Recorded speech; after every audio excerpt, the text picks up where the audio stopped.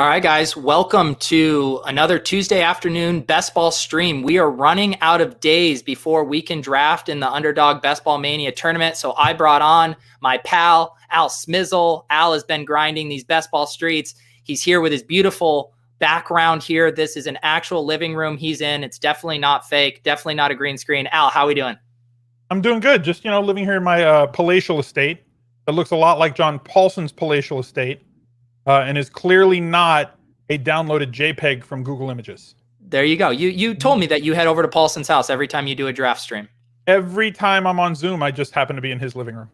There you go. There you go, guys. If you want to hop in and draft with us, it seems like there are 5 more spots. We are in a $25 Best Ball Mania, $200,000 up top. Smiz, how many of these bad boys have you fired at? I think I've got about 40 of them done. Okay. So it's been a grind because one, we didn't have all summer to do these. Like previous years, best balls, I start drafting around mid-May and get a nice little base of drafts done, and then you draft all the way up until September. We've had basically a month and a week. We've had 5 weeks to go after these. So I got as many done as I could possibly get. I'll probably get maybe 5 more done by the time Sunday gets here. I know. Have you been only doing live ones, or have you been doing any of the slow? I've been doing probably 80% slow, 20% live. Yeah. I haven't done any of the slow ones. Maybe I should have, so I could have squeezed a few more in. But man, I do love that dopamine rush of a 45-minute fast draft. I think there's more edge in the fast drafts with the 30-second clock, to be honest with you. Yeah. People make more mistakes when they're on a clock for 30 seconds. What are some of the bigger, now that you have a bunch of these under your belt, what are kind of the bigger trends, either mistakes, constructions, or things that have really stood out to you? Okay, so on Underdog, obviously 0.5 PPR. I think roster builds are the big mistake that people make. They have either way too many running backs or they draft 4 tight ends or 4 quarterbacks. I personally have always stuck through the first 17 rounds with a 2-5-8-2 build, and then I would either pick a third QB or a third tight end. This year, I'm basically going 3 quarterbacks 100% of the time because there's so much less certainty now. Like a quarterback could just be out for 2-3 weeks at a time, and I would rather not be left with a 0 at that spot than at tight end, where I think it's more survivable in best ball. Quarterback, you got to get 18 to 20 points out of every single week in your best ball team, especially in something with a truncated season like Best Ball Mania, where it's 13 weeks till the playoffs. Yep. I've been doing very similar with quarterback and tight end. And basically, if I'm getting an elite tight end, a top 4 guy, I'll often only grab one other. Same deal with quarterback. If I end up getting a guy from the Kyler Watson, Dak tier, then I might only grab one others. But if I'm kind of punting it later, then I definitely try to go the quantity over quality and get 3. The thing, to your point, too, that I've noticed is we've talked a lot about how efficient the ADPs are on Underdog, the player movements, the news, it's all immediately baked in. That said, to your point, you still see some constructions where people are just dead on arrival with way too many running backs, too many tight ends, too many quarterbacks. I mean, I think you get people that don't adjust their player pool, and then they're latched to what ADP is, and they're not getting players that they want. I try to stack as much as I can, but I don't go overboard and force stacks if they're not there. Do you I know you were pulling up ETR stuff. Do you Damn, he took Christian McCaffrey. I got sniped. I was gonna be pissed. If you get Christian McCaffrey, that's too big of a gift. Wait, this is actually interesting. So you're a Zeke over Barkley guy. Yes, I am. Okay. Yeah, talk that one through. I definitely see it. I'm curious though. I could be wrong. Last year I was taking Christian McCaffrey over Barkley at 1. I was actually splitting them. So 50% of the time last year, I was taking McCaffrey, 50% Barkley if I got the 1 pick. Anytime I got 2 or 3, I was taking McCaffrey also if he fell to me. So I ended up with 30-something% Christian McCaffrey last year. Clearly that worked out. This year, I'm still McCaffrey at 1 and 100% at 1. If I get the 1 pick, it's going to be CMC 100% of the time. But if I get 2 or 3, if you leave me Elliott at 3, I'm taking him. If you give me Elliott at 2, I'm taking him there. I think he's just got a better offense and have more scoring opportunities. Yes, Pollard may snatch a few snaps from him here or there. I don't think it's going to be a 60-40. I still think he's going to get 80% of the running back touches on that team. Still going to be involved in the passing game and still be a monster inside the 5. Yeah. I have some cognitive dissonance about it where I know I love this offense, and yet I still subconsciously don't like Zeke that much. But I know if they hit the ceiling outcome that I'm hoping they do with Dak and Gallup and CeeDee Lamb, that he's going to smash there. I do think we could see a bigger role this year for Tony Pollard. He just looks so explosive and exciting with the ball. But that said, this pie might be so big that everyone can pay off their ADPs, other than maybe like one of them. Amari feels a little rich at his price relative to the new additions. Okay, does he feel rich at that price because of the recent injury, or if he was not injured at all? Like, if he's not injured at all, I'm fine with him in the third round. The fact that he's injured now, it's like, not as interested. Right. The injury thing is big. It's also just like CeeDee Lamb is such an exciting prospect, like a really, really good wide receiver. And Gallup was awesome last year too, on very similar opportunities, similar air yards. So I do feel like something has to give if CeeDee Lamb is the prospect they drafted him as. Well, there's 166 vacated targets at tight end and in the slot. Yeah. And it's very rare to see a rookie get over 100 targets. Yep. Like, I even asked on Twitter, I did a Twitter poll a few months ago. I said, how many targets do you think CeeDee Lamb gets as a rookie? Over, under 82.5. So what do you think, over? I don't do projections, so these targets are already out, but I'm more thinking of CeeDee Lamb as a league winner down the stretch, even though his target total might not eclipse that number in the raw. I mean, if Dak throws for 4,900 yards, then they're all going to eat, including Gallup, including Cooper, including Jarwin, including CeeDee. What did you think of CSU's tweet the other day, putting Amari, it didn't seem unironically, as his number one wide receiver in the NFL? It felt on brand. It was very on brand. Is that a fair enough answer? It was very on brand. He can't help himself. He's going back to the well. Yeah. Why wouldn't Let's see here. You are picking at the end of the second. I'm going to be pretty excited if one of these tight ends falls to me. We will see. Who are you eyeing here at the end of the second? You think I'm going to tell you? You should. You have to. You're legally obligated on a stream to give up all your EV for entertainment's sake. That's fair. I could go a few routes here. So, well, there goes one of them. You need this guy to take Chubb. Yeah, I'm not taking Chubb. I mean, guess I'll probably take Godwin if these are my two options. You can now speak freely. I guess I'm taking the high T route more often than not. Yeah. And it might be like the super high T route if everything shakes out. Oh, brutal. Yeah, because you like doing the hyper fragile, the one Leone wrote about, right? Where you take 3 and then just go away from it forever. Yeah.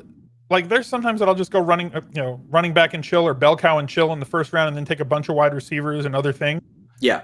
But like, the way things have been shaking out is that I'm able to get a second stud running back here when I get a top 3 pick. Right. And I'm going to get Chubb or Connor. Like, whichever one this guy takes, I'm going to end up with the other one. And he can't stop me from getting one. And then it's my choice of whether I want to get another running back at 3, or, I mean, I'm going to take Connor over Chubb. I completely agree with you. I prefer Connor to Chubb too, although it is interesting. You do not see Chubb slip this far normally. No, and it's weird, right? So, like, if he doesn't take Chubb here, then I'm going to take Chubb at 3-2. This will be okay. He took him clearly. And then I could have gambled and taken Chubb there and hoped that Connor makes it back. Wow. That's early. Yeah. And I love Andrews. I've been drafting him a ton, but yeah, that's like a round and a half from where you normally have to get him. Yeah, exactly. So this is normally where I would take Lamar. Okay. Over like a Carson or Taylor as your third? Yeah. So, like, if I get a top 3 pick, I'm coming out of a lot of drafts where I get a top 3 pick with, like, CMC, Lamar, and Connor. And then I've had drafts where at 4-5, I get Andrews and then Marquise. Okay. So that's the super high T approach here, is that not only am I taking 2 running backs in the first 2 rounds, I'm going to take an early round QB because all these, smart guys say go late round QB, which is what I've always done, is go late round QB. But I think there's so much value in somebody like Jackson, even over Mahomes in this range because I'm getting an RB1. And if he regresses 20% from last year on his touchdown rate, if he regresses 20% on his overall touchdowns and everything else, without even making up for it with volume, right? You're still talking about somebody who ends the season with like 28 touchdowns through the air. They're not going to be playing from ahead as much because they can't possibly, right? It was like the highest amount of minutes played from ahead of any team since like 2011. So that's got to regress, which means they're going to have to throw more in neutral to negative game scripts this year, which could help override that, if he comes down from a 9% touchdown rate to a 5.5 or 6. Yeah. Yeah. And I mean, the other nice thing for you is if you do get Lamar there, then you only have to grab one other quarterback. You don't have to, that frees you up that there's no way you're going 3 quarterbacks. I was in a gross spot there because I was planning to take DJ Moore. The reason I say it's gross, I love Mike Evans, but when I draft Godwin and Evans, if I was just drafting this on my phone, just chilling, I'd be like, all right, I can go get Tom Brady. But I know these assholes that are drafting with us are going to spite take Tom Brady to screw my stack. So now I'm going to have these 2 guys unstacked. Okay, so are you a spite drafter? I am not. You strike me as a spite drafter. No, I'm not. These people will vouch. I am a benevolent guy, but these guys will get tilt equity. But I'm going to put you on blast right now, anyone. I will not give you attention. I will not put your chat up when you snipe me.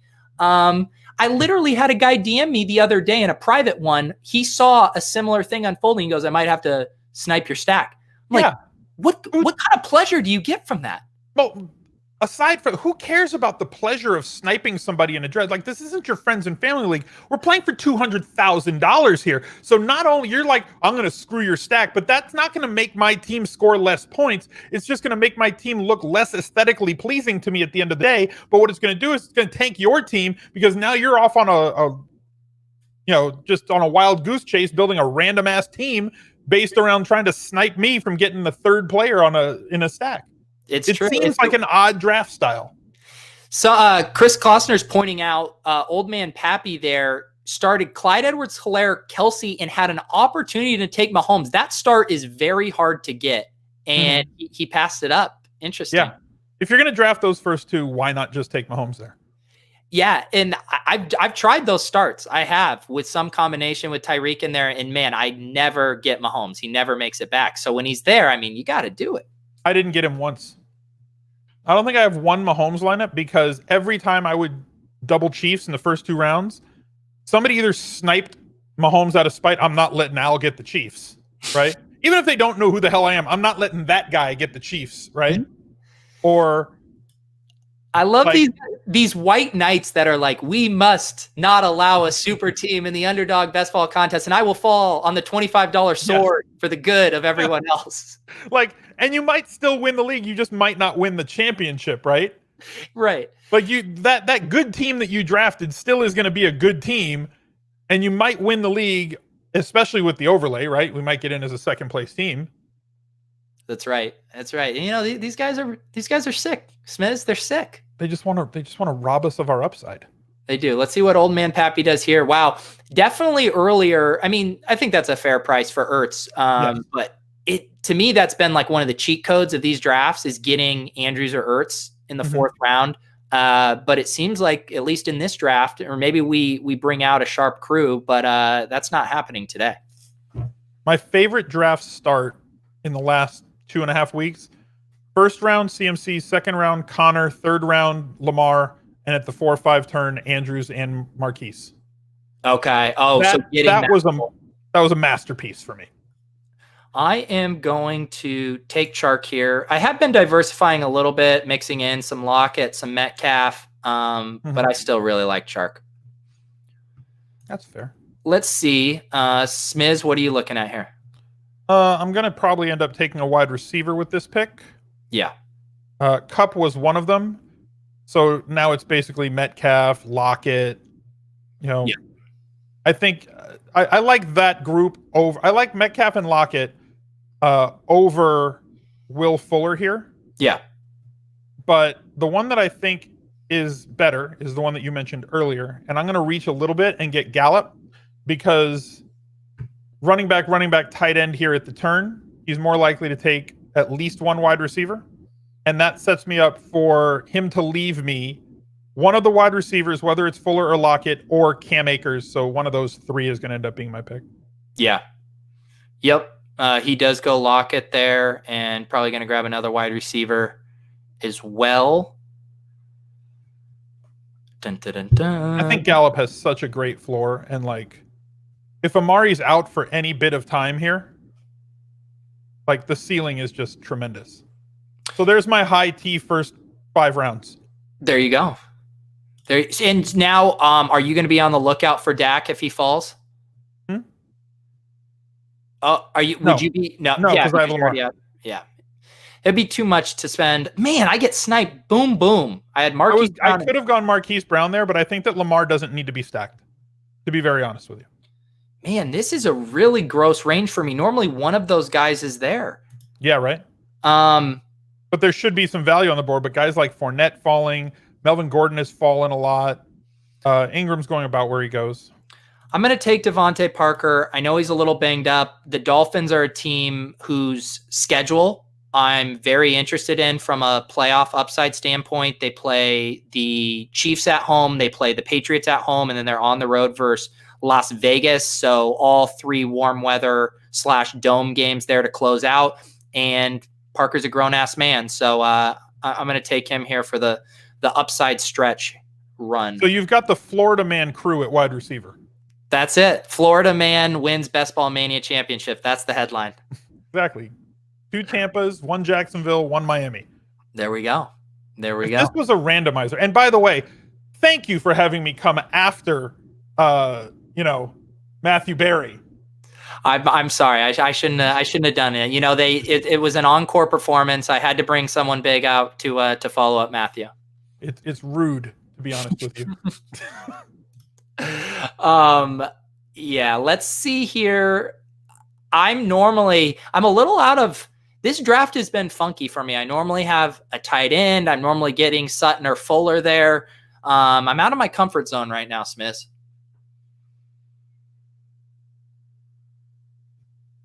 Did we lose you? No, I'm here. Sorry. Okay. You were speechless. Something played like an auto ad played and I couldn't hear anything. Oh yeah. So what else we should plug? I'm going to do we're doing cage match tomorrow. What was your record last year overall in cage match? I don't remember. Okay. I started off hot. I think you beat me. So this is a revenge match. Revenge narrative. Yeah, you were one of the ones that beat me. I think Levitan beat me, you beat me. Oddsmaker ended up edging me because I think somebody got hurt. I had a winning record, but I think I was like 2 or 3 games over 500. You definitely have the leg up on this one because all I've been doing is playing tournaments, DFS. I haven't looked at the salaries at all for week 1. Mm-hmm. Last year, we did it more in the middle of the season. I had a little more feel for the rhythm of the salaries. You're a much bigger favorite this time around. You were a favorite last time, but even more so now. You have and last year you were coming off of a fantastic thumbnail image. Have you made the thumbnail for tomorrow? It'll get made tonight. So okay. Like my artist does the stuff. He basically sends me stuff at like 2 a.m. my time, and he's on the East Coast. So I guess he just stays up all night and does whatever. So like every morning I've got the thumbnail for today. Are you using my XFL photo? Yes. Okay. There we go. Never. Did you end up playing any XFL DFS back in the... I played like the first 2-3 weeks, but I just entered like the tournaments for fun. I didn't think anything. Yeah. Man, that truly seems forever ago. Right? It was like 3 years ago, right? Yeah, it really was. Okay. So a guy that I am going to draft here, if he falls, is J.K. Dobbins. Okay. I'm starting to get excited about him in this price. When some of those running backs like Swift and Akers and stuff were going like in the 4th, I had seen even at times when, at really early on, it felt too pricey to me. But J.K. Dobbins in the late 6th, again, playing for those last 5 or 6 weeks of the season seems pretty intriguing to me. So you're saying you think that he's going to take over the job? I do. I think he's going to be too talented to keep off the field down the stretch. Yeah. He's a good 0 RB candidate for sure. Yeah, he is, and he does pair well with Kamara in that I can draft some other running backs after him that can give me more immediate production, and I can think of him as kind of the stretch run guy. And this is a nice price. I don't 6'8" is good. I want to know where Antonio Gibson goes. He's going to go very soon. This is the range, right? This is where he should be going. Yeah, he's going to go in the next 5 picks, maybe to Al Smizzle. So I'm interested. No, I'm good at running back now. I'm interested. I wanted Landry was the one that I wanted right there. I'm interested to see why. Okay, tell me why you went Dobbins over Gibson, considering that both could be the man down the stretch. Yeah. Obviously, Dobbins in a better offensive environment, right? Right. Yeah, Dobbins. I think Dobbins has a lot more upside as a pure runner. I think obviously that offensive pie is going to be bigger. I like Gibson a lot, but I'm worried he's priced closer to his ceiling relative to his role. I know everyone wants him to be David Johnson, but with, Bryce Love's exciting there. They kept Peyton Barber around. I just don't see a path for like true full bell cow in the way I could see Dobbins just dominating the touches down the stretch. Okay. But I do like Gibson. I do, and I was drafting him a lot before the Geist release. So maybe I just feel like I'm kind of priced out now. But like you said, I think that's a fair price in this range. Makes sense. It would be interesting here if he takes Cooks, because then he'd have the double stack with Watson. Because he got Fuller. He reached for Fuller in the last round, the last turn. So Christian McCaffrey with a 2-man Deshaun Watson stack? No, he does not do that, because that would make too goddamn much sense. Yeah, Bradley Maddox looks like he's in the draft with us. Definitely a funkier draft. Al and I bring out the funk. That's what we do. I thought for sure he was going to nail just the entire Houston passing game. I love every one of my Deshaun Watson stack drafts because of the price that those guys are at. I think mid-round QB is about as good as I want to get.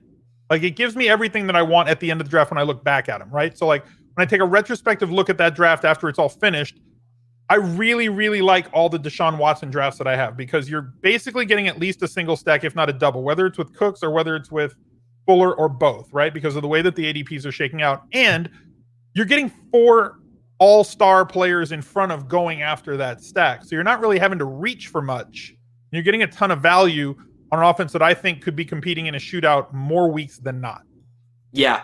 No, I completely agree. And, compared to some of the other stacks, like the Dak stacks can get really tricky based on the ADP pockets. The other one similar to me for Watson, Fuller, Cooks being really doable is also the Kyler and Christian Kirk, who I did just take unstacked. I mean, that one's normally there for you if you want it.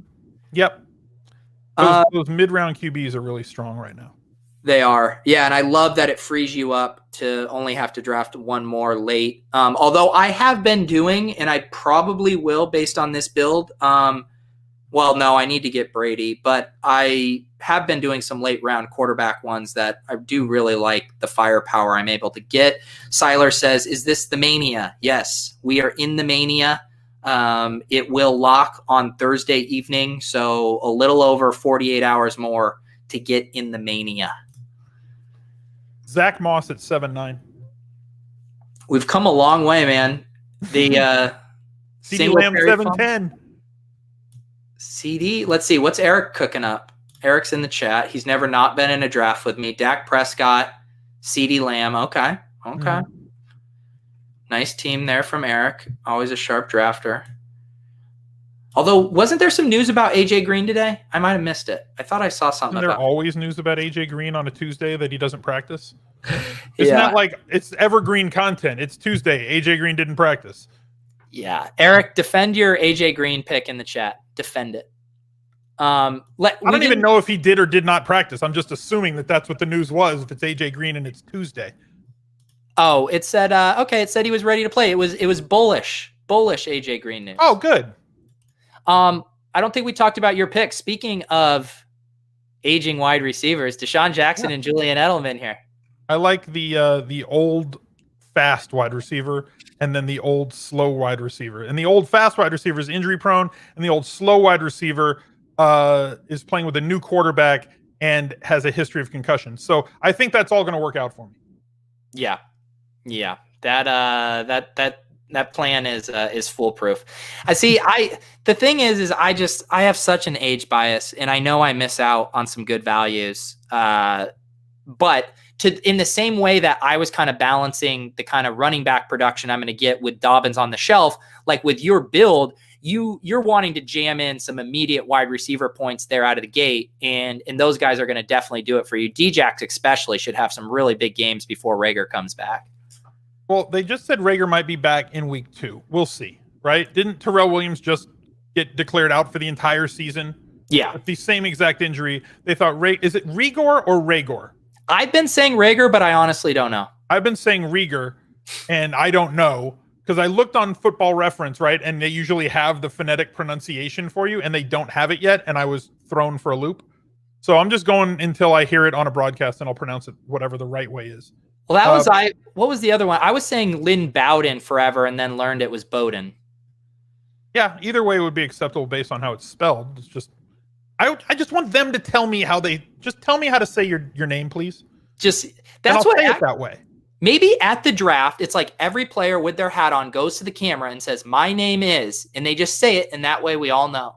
Just say, "My name is pronounced such and such a such." There you go. That's all I need. Well, don't they have that? I haven't been on Facebook since the second Clinton administration, but don't they have the phonetic spelling next to names? Like if you want to put it in so people know? I don't know. That would be a tool I've never utilized, but probably I should. Okay, you mentioned Deshaun Jackson and his targets, right? Yes. I talked about him on stream this morning. He's usually a guy who gets about 5 targets a game. With the guys that they have in Philadelphia to catch passes right now, I think he could see closer to 8 catches a game early in the season. Nicole Hardman was somebody who saw about 2 targets a game. What do you project his target rate to be this year? Just Deshaun? Not rate, but like what, like how many targets per game do you think Casey is going to funnel towards him? Oh, to Hardman? Yes. I think like he is probably a 4 or 5 target a game guy at the start of the season. Do you think that's high or low? If he gets 5 targets a game, he's going to be a monster. Yeah. And I think, John Daigle, the phrase he's used, damn it, you took Lindsey. That was going to be my next pick. I have more Philip Lindsay than any other player in best ball right now. He's such a good pick. Sorry. He's my second highest owned player behind somebody who goes usually about 2 rounds later. Wait, the people are correcting me. They're saying, yes, Pete, they do. They have places where the Dolphins have the pronunciations by the players for people like Tua on their site. Maybe I stand corrected. The teams have already thought of this, Al. Well, find us. That's not the Eagles, though. Find us the Rieger. Find us the correct pronunciation of the Philadelphia rookie wide receiver, por favor. All right, you're back on the clock. I swear. No, you're not, because I'm taking a running back. You can't take another running back. You are done taking running back. I can totally take a running back. No, you can't. You know you can't. You know you're done. I can totally take one. No, you can't. I totally could. It's a rule. I didn't, but I could have. But you're not a spite drafter. That's why. No, I'm not. No, I wasn't going to do it out of spite. I have the late guy that I want to round out my RB5s. No, you're trying to win $200,000, not spite me on my stream. No. I could though. I could just totally throw 25 into the fire. You could. We all could. And I'm glad you chose. But yeah, Philip Lindsay, I love him. So going back to my thing again, I am going to go with Tariq Cohen here. A guy that doesn't necessarily have bell cow upside, but he's going to catch a lot of passes for me out of the gate, especially while J.K. Dobbins is chilling in the garage there. And before we take the tarp off of him. But Tariq Cohen with the David Montgomery injury, I think he's still pretty undervalued at this point. I mean, you know what you're getting with him, right? So like Tariq Cohen is White, is Gibson, is Kareem Hunt, right? But a couple of those other guys have paths to bigger upside. Like Kareem Hunt is being drafted in the 5th, 6th round because if Chubb gets an injury or concussion, which he has already been in concussion protocol during camp, so if he sits for a few weeks, Kareem Hunt goes from a 12.5 point per game guy to possibly a 20 point per game guy. Right. 17 to 20 points. Let's be a little more conservative than 20 points a game. It is a little interesting to me that Cohen's ADP hasn't moved up a little more just based off of the Montgomery news. I mean, it is really I mean, it's what, Cordero Patterson, it's Ryan Nall. I mean, like, who else is there if Montgomery isn't playing? I mean, the issue isn't okay. I don't think that that's the issue. I think that the issue is they're not going to ever give him 12 to 16 carries a game in any single game. Yeah. And I completely agree with that. That Even said, if he's the only running back on the roster. I agree. I think, though, he could be up there getting, 7 to 8 targets a game, which is really kind of what we're chasing there. And then if he gets 7 to 8 carries and we're getting 15 to 16 touches, those are probably going to be pretty high value touches. I agree on all counts. So yeah, he's a guy. I mean, definitely preferred Lindsey. I mean, Lindsey is such a smash. I mean, we were talking about it for a second, but are you like me and thinking Lindsey could even just run away with this job right past Melvin Gordon? No, I don't. I think that he's an injury away from being the main guy again. I think that he's going to get enough shares. And like I was talking to a couple of beat writers on Denver earlier in camp, I said, can you give me the breakdown of what you think the running back share is going to be on snaps and on touches? I said, is it going to be like 70-30 or maybe as low as 65-35? And the answer was, I think it's going to be 45-45-10. And I started drafting as much Phillip Lindsay as I could eat at that point. The 10 being Royce Freeman? Yeah, like 10% of carries going to somebody else. Yeah. Just, the third running back or fullbacks or wide receivers or whatever will take care of the other 10% of the team carries. But when he was like, it's going to be an equal share with probably the highest leverage ones going, the inside the 5 carries mostly going towards MG3. I was still buying all the Lindsay I could get because in the 10th round, it's a totally different thing. Yeah, and the other thing, and that's why I was interested in the 10% split, is because last year Lindsey didn't catch a lot of passes. In college, he caught a lot. The reports are he's been really working on his pass catching upside. If they could phase Freeman out and Lindsey kind of becomes both the secondary rusher and the primary pass catcher, I mean, that's when we're really talking about just smashing his ADP right there. Yes. Then you're looking at what we're kind of looking at with Singletary and Moss, where Moss could be that guy that's, getting goal line touches. He's catching a few balls and is just, we love the 50-50 backfields or the 2-man committees. It's the 3-man ones we hate. Yep. I'm not going to mess around. I have Evans and Godwin. I'm going to grab Brady. Okay. That's fair.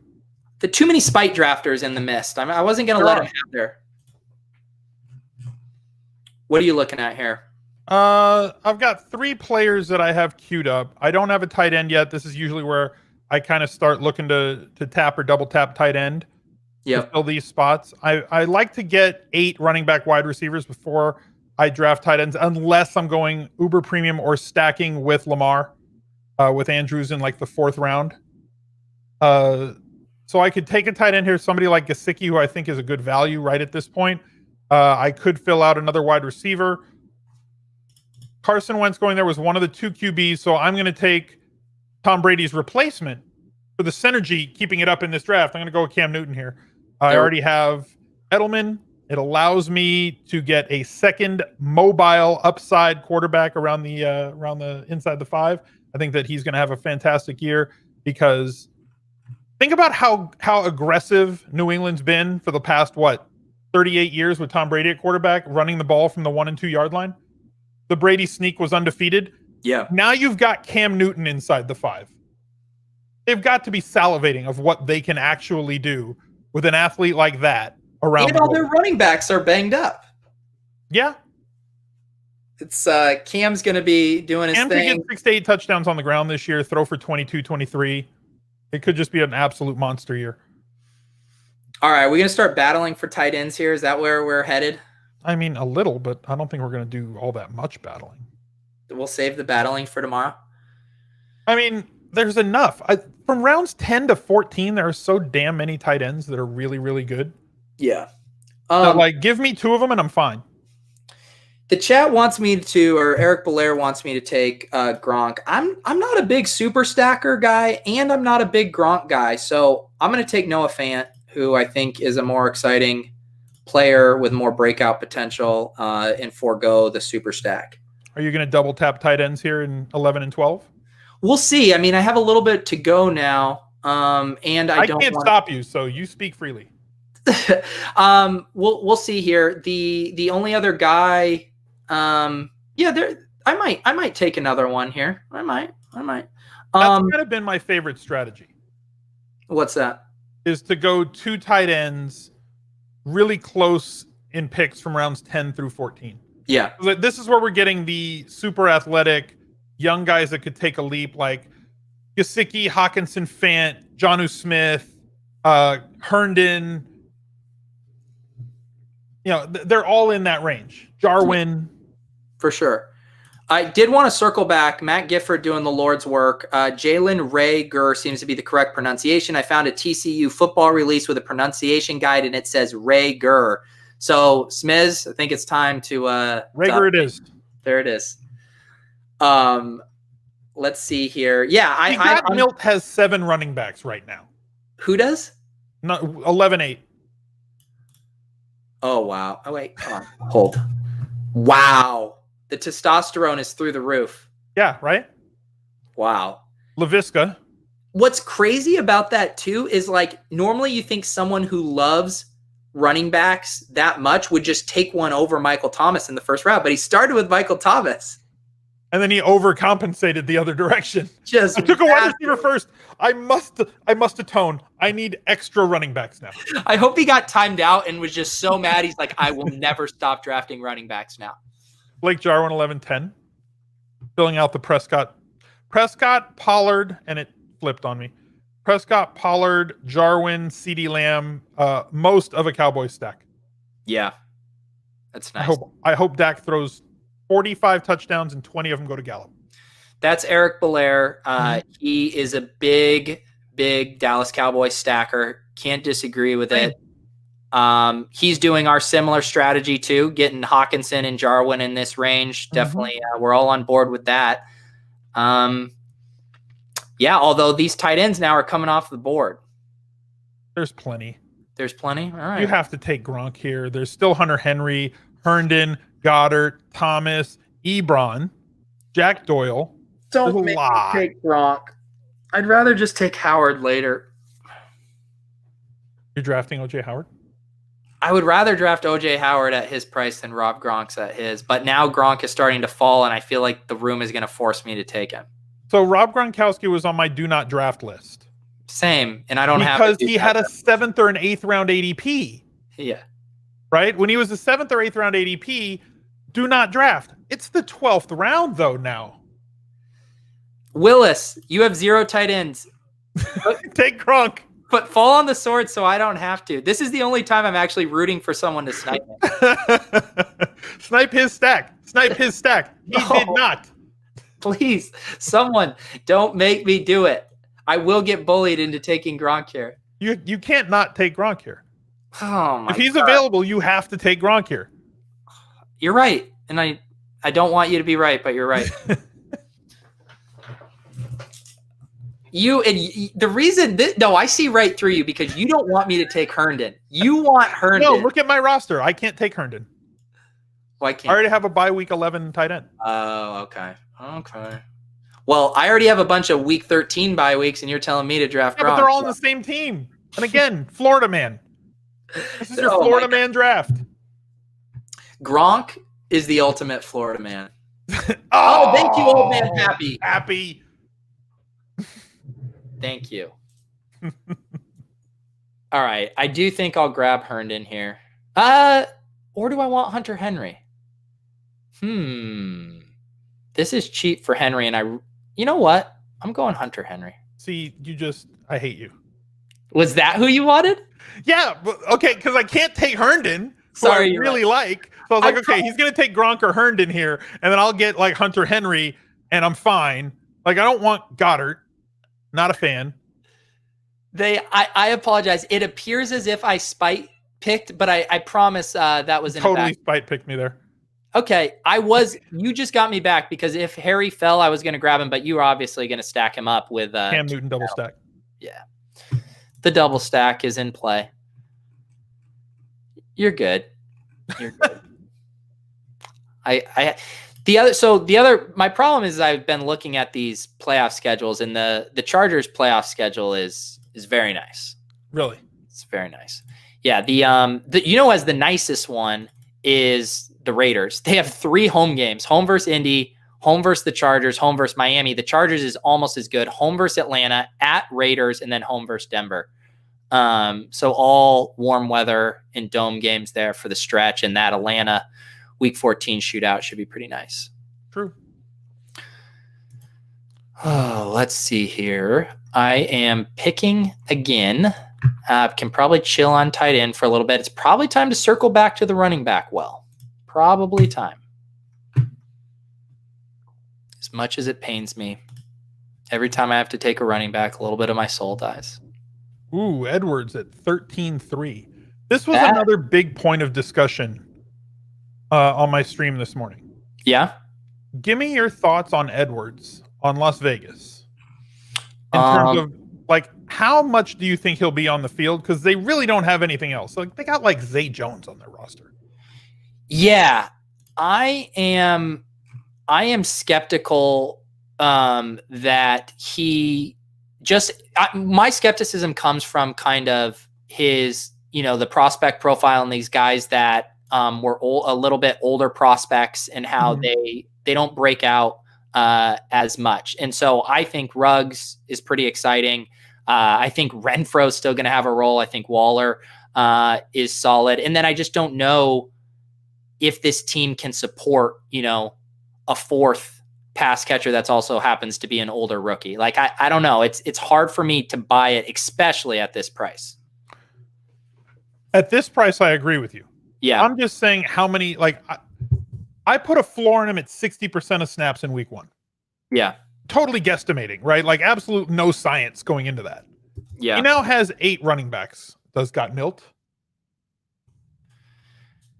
I might be. I want to actually. I'm not even mad. I want to correct myself. I thought, well, okay, he's almost 22. He's not. I thought he was a little not like bit 24, older. 25. Like, that would be ridiculous. Yeah, he's not like Terry McLaurin age, and we saw how that worked out. Yeah, maybe I have a bias against Bryan Edwards because I'm such a Laviska Shenault guy. I just haven't put him in the crosshairs. See, for me, I'm always looking for volume, and talent is great, right? Yeah. Talent, when given opportunity, usually equals fantasy greatness. But opportunity over talent, 8 days a week for me.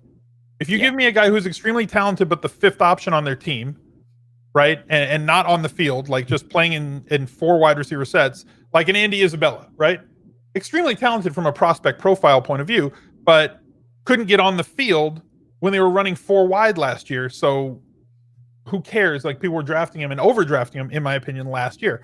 This year, now you have Edwards, who's not the same sort of player profile, right? He's not the same sort of an athlete or anything like that, but he's starting on a team that just lost Terrell Williams. I agree with you that the Waller will be the number 1 guy, Ruggs will be number 2. Yeah. But if you're on the field, you're still going to get 5 to 7 targets. Yeah. Just by being on the field, unless you're like a Justin Hunter type cow who just grazes. Do you think Ruggs is a bust? No, I like Ruggs a lot. Yeah. Yeah, I do too. But to your point, I think I think maybe the Edwards conversation does come down to him versus Renfro, because Renfro had a really surprisingly good year his rookie year, and was used a ton in the slot. And if Edwards can take those targets, I mean, he's definitely going to smash his ADP. But I don't know if Renfro is going to go quietly into the night. My issue with Renfro is that I've said he's a catch and fall guy, right? You haven't seen the breakaway speed? I mean, he's basically our generation's gazelle there in the open field, Al. Does it have 3 legs? He could be a 3-legged gazelle. There you go. A 3-legged gazelle. I'm gonna be so on brand here. You know This what? next pick has the potential to be so on brand for me. You might fall out of your chair.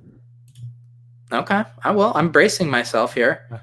I don't love the board right now. Same. I do not like it at all. I believe what I'm going to do is I'm going to keep grabbing some of these pass catching running backs. And Solid. who? Said that's solid. Yeah, I'm going to grab Naheem Hines. I know, again, similar to the Cohen thing, right? He does not have the upside. He is not unseating Marlon Mack or Jonathan Taylor for carries, but he's been really good as a pass catcher, and we know how much Phillip Rivers loves to check down to his running backs. And I really think that he could just catch a ton of balls when they're in negative game script. So I kind of like how he fits with my build here, even though he's not the sexiest pick. I mean, the thing with a zero running back approach or a later running back approach or a bell cow and chill approach is that all you really need is two of these dudes to put up starters numbers. That's it. Yeah. There's my on brand pick, by the way. You hate it. Oh my goodness, Al. You building out a geriatric ward over here? Look, man, old man football. You There can't have old man strength unless you're old. There it is.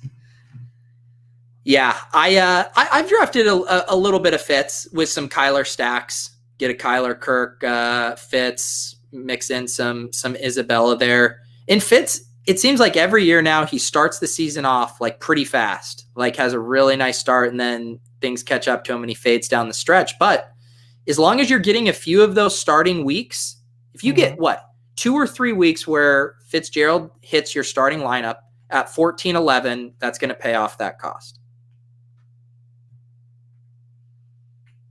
As you take Bryce Love, that was going to be my Buddy next Love. pick. You just didn't want to play nice, did you? I needed a fifth running back, and he fits the profile. I got a bunch of guys that are going to play early. I think that Love might be inactive for the first couple of weeks of the season, but I don't need him to be active when I've got Elliott and Connor and Lindsey and Akers. It's true. He's one of those guys I need down the stretch, week 8 and beyond. You know what I'm going to do? You're staying on brand with the old guys. I'm going to stay on brand with these pass-catching running backs. There you go. I'm going to take Darrington Evans, who, as of last time I checked, is the only other running back on the Titans roster with Derrick Henry right now. He is a heartbeat away from being a bell cow back in the league, and he's not really being drafted like those other priority handcuffs. Did you just call Derrick Henry fat? I know I didn't. I would never call the big dog fat. I'm not one of those people. I don't say fat Lenny. I don't call big dog fat. I'm not a body image. You said he was a heartbeat away. Heartbeat You're away. saying that he's got like clogged arteries because he's fat. No. That's what they say about the vice president to the president. You know, it's a heartbeat away. He's a twist ankle away. Now you're saying Donald Trump's fat. That I'll say. I will Okay, go on record say Donald Trump is fat. There's only one man I will fat shame, and that is Donald Trump. Smiz, I sent you in the show notes one thing. I said, do not get political on my stream. Do not get political. That wasn't political. You're right. I was fat shaming a random American citizen. It's right. It's right. I mean, it would be hard not to be fat and eat that much fast food. All right, we got so political. What do you weigh, by the way? Now that we're on weights, what do you weigh? Like 175? I had 160? I did a show with Danny Kelly from The Ringer the other day, and I had him guess, and he got it with dropper. Man, last I weighed, I was 188. Okay. Yeah. Here's my thing. I have lost 13 pounds in the last 2 weeks. Nice. I now weigh 251 pounds. Okay. They say Donald Trump weighs 250 pounds. There's no goddamn way. How tall are you? 6'3". Okay. And what is Trump? Isn't he about 6'3"? He's 6'3". Yeah. And he look at me and look at him. No, yeah, it's not he's even. Like 285 if he's a pound. Draft a running back, Milt. Draft a running back, Milt. Damn. Why did you want that? Oh, I wanted 9 running backs on one team. I want to. It would be great. The number crunchers need to do the win rates on 9 running back teams. I want to see those. What percent of 9 running back teams made the playoffs last year? God, that is really gross. Okay, I think I'm done. I think I need to draft a quarterback again. I'm going to stack up Noah Fant with Drew Lock. You know, I don't hate that. Now, there are some smart people like Herms who thinks that Drew Lock is bad. Yeah. Right? And my point is, I don't care, because it's hard to be bad at quarterback when you've got Sutton, Judy, Fant, Lindsey, MG3. You've just got to run offense. You just got to initiate offense. Yeah. He could be the Derek Fisher of the Lakers trilogies, right? Derek Fisher is not a great Hall of Fame level NBA player.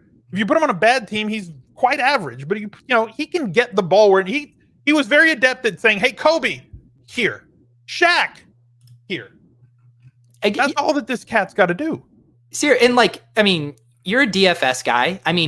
Josh Allen, Mitchell Trubisky, Daniel Jones, those guys have been in Millie Maker winning lineups. Those are not objectively good quarterbacks, but they had weapons around them. They could rush a little bit, and they had a massive ceiling because of their arm. They'd let it rip down the field. And to your point, Locke has weapons, and I think he's going to have a license to let it rip this year. So it might not be pretty, but he could have 3 or 4 weeks where he just absolutely smashes. Right. It would not surprise me if by the end of this year, Locke had 25 or 26 touchdowns. No. It would not surprise me at all. And I'm not saying he's going to have 35 to 40. I'm not saying he's going to have a ridiculous year, but like 25, 26 touchdowns is not absurd in today's NFL and would be a very good year for him. What's going to be key is how many interceptions does he throw? Yeah.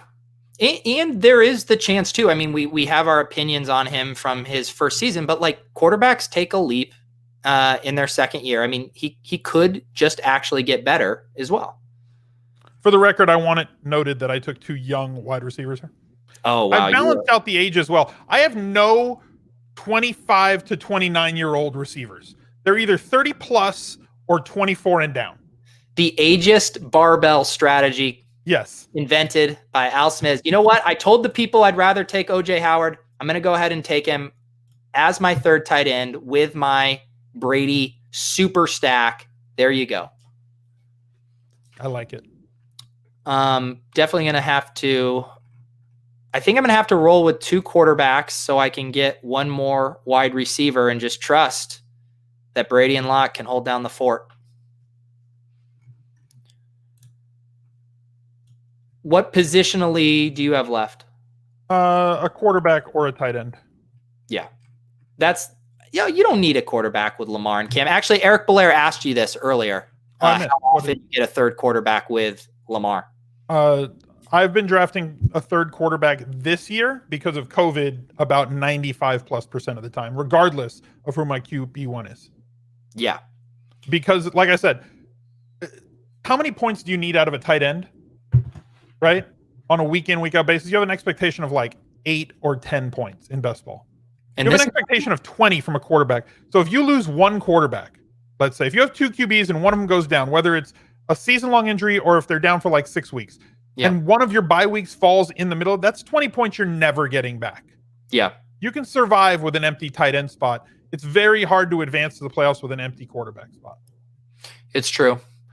It is true. And the other thing too is like, obviously when you're trying to win this tournament, you're picking your poison at which position you're going to end up being fragile at, right? Because you can't have it all. And so sometimes I do agree that the quarterback is the easiest one to take the quantity of those 3. And generally I do here, but I feel a little thin at wide receiver. And I think the hope with this build too is that the Howard weeks, the Henry weeks, one of them are getting flexed into my lineup as well, because you can get 2 tight ends there. But yeah, this is a little bit quirky of a build for me. I normally have another earlier wide receiver here, but I think I'll be able to get someone to round it out. The other thing is there's really only 2 tight ends that I like super late. And like one of them is already been taken, Thomas from Washington. The other one is Dan Arnold. He's still on the board. Okay. So like those are like if I'm drafting a last round tight end, it's that guy. Yeah. I'd almost rather, I'd almost rather take like Trubisky or Fitzpatrick or whatever that's around. Usually it's been like I've got a lot of last round Tyrod, but he's no longer on the board. Yeah.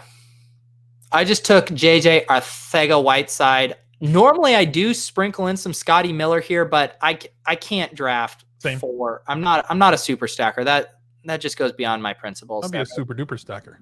Super duper stacker. You have the second to last pick. Have you decided what you're going with? Yeah, it's going to be Fitzmagic if he's there. If not, I'll take one of Asiasi or Dan Arnold. So, okay, I understand the quarterback thing, but why not Tua over Fitzpatrick? With that build where most of the weeks early on you're just going to be using Cam and Lamar. Yeah. One, I'm not very smart. Well, 2, I kind of feel like Tua is not ready to start yet, even though they might force him in there and he's got an injury. Fine. I'll take Dan Arnold. You twisted my arm. I have a third tight end. If this team does really well and misses the playoffs by 20 points or less because I had a 0 QB week, you owe me lunch. That's fair. Okay. That's fair. What you used to do the sushi bets, right? With Pete and Adam, we'll do sushi. I'm in. All right. Free rolling sushi on this lineup. Well, then what's my equivalent of? I don't know. There's no. This is a free roll. Okay. It's a Dan Arnold free roll. No, it's a one free sushi roll. Okay. All right. I'm free sushi rolling this draft. Free sushi rolling. Okay. As per tradition, I want you to recap your draft, your team here, and then we will bid everyone adieu. All right, I went with a pretty standard 2-5-8-2 build, and then the last round was going to be a QB or a tight end. Lamar Jackson and Cam Newton. I have the upside of a rushing quarterback with all the floor of a 25 passing touchdown season from what I expect to be both of them. Every season that Newton's been healthy, he's been a top 6 QB. I went really running back heavy. 3 of them in the first 5 rounds, which has kind of been standard for me with Elliott, Connor, and then Akers coming around in the 5th round. Rounded it out with Phillip Lindsay, one of my highest owned drafted players, and Bryce Love, who I think is going to sit out early in the year, but will be fine later.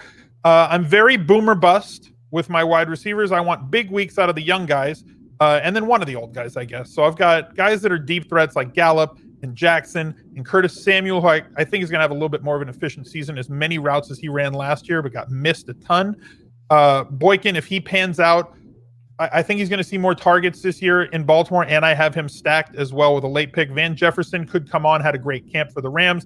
Then I've got the old guys like Larry Fitz and Julian Edelman, who should give me a solid enough floor to, if the other guys don't have a good week, they might just slip in as starters here or there. Gesicki playing a lot of snaps in the slot early as they're missing some depth at wide receiver in Miami. Eric Ebron, I think, is going to be a stud this year, at least when they get close to the end zone, as long as Roethlisberger is healthy. And Dan Arnold is kind of a breakout candidate, though he does share a bye week of week 8 with Eric Ebron. Excellent. Yeah, I mean, outside of my own personal age biases, I loved all the teams you invested in here. I mean, Boykin is such a good late stack to pair with Lamar. Love loading up on Eagles, Rams, even the Pats. So yeah, really like your build. Kind of a funkier team for me, loading up on my pass catchers to try to cycle through that running back 2 slot with Alvin Kamara, trying to give myself just a really high floor there. And then I'm basically all in on the Bucks. I need Tom Brady to, drink from the fountain of youth and return to form with these wide receivers, and then get some big spiked weeks from Kirk and Hardman and some of my other breakout tight ends. So yeah, typical build for me, but a little funky. But when you bring Al Smizzle on, the funk is going to come out. I don't know how to take that. Well, I mean, after, I just said we get political, we get funky. That's just what we do. All right, and tomorrow we are doing the cage match stream. What time are you going live with that? I'm going to be live right around noon Pacific, 3 p.m. Eastern time, and then I'll send you a link and you jump in whenever you're ready and we'll just do it. Perfect. Yeah, I will be hopping on probably around 3:30 Eastern. I need, between now and then, to look at some week 1 salaries, evidently.